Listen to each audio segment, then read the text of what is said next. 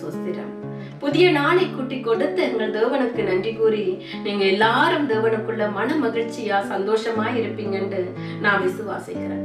ஆண்டவராகிய கர்த்தர் இன்றைக்கு ஒரு வேத வார்த்தையின் ஊடாக உங்களிடம் பேச சொல்லுகிறார். எரேமியா 30:8 உன் கட்டுக்களை அறுப்பேன் என்று சேனைகளின் கர்த்தர் சொல்லுகிறார். என் அன்பான சகோதர சகோதரிகளே, உங்களோட வாழ்க்கையில ஏதோ ஒரு பாடு, ஏதோ ஒரு கஷ்டம், அதுல இருந்து நீங்க விடுதலை பெற முடியாம நிக்கிறீங்களா? ஆனா ஏசப்பா உங்களோட வாழ்க்கையில வந்துட்டாருன்னா உங்களோட கட்டுக்களை அறுத்து போடுவார்.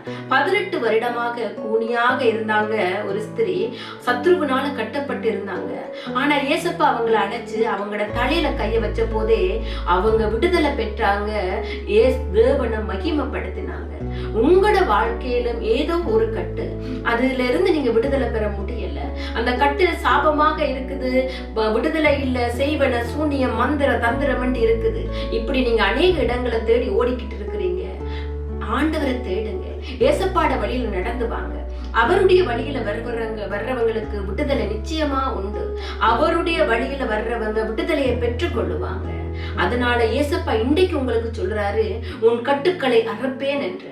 அவரை தேடுங்க, அவருடைய வழியில் நடந்து வாங்க. ஆண்டவர் உங்களை ஆசீர்வதிப்பார். அப்ப ஆண்டவரை நோக்கி ஒரு சின்ன ஜெபம் செய்வோம்.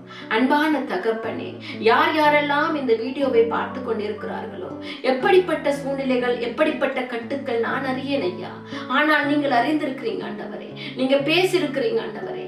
இன்றைக்கே அவர்கள் மீது நீங்க கையை தொட்டு விடுதலை கொடுக்கிறபடியினால் உமக்கு நன்றி கூறுகிறேன் ஆண்டவரே. விடுதலையை பெற்றவர்கள் உம்முடைய நாமத்தை மகிமைப்படுத்தட்டும். இயேசுவின் நாமத்தில் ஜெபங்கட்டு நிக்கிறேன் பிதாவே, ஆமென்.